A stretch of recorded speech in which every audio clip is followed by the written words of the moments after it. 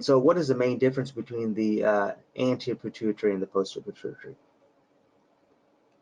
So the main difference is basically, you know, from the, so the hypothalamus will basically have a releasing hormone, and the anterior pituitary synthesizes and actually secretes the hormones. That's the most important, because but the posterior pituitary is just stores it and releases the vasopressin and oxytocin. So it's under neural control for the posterior pituitary.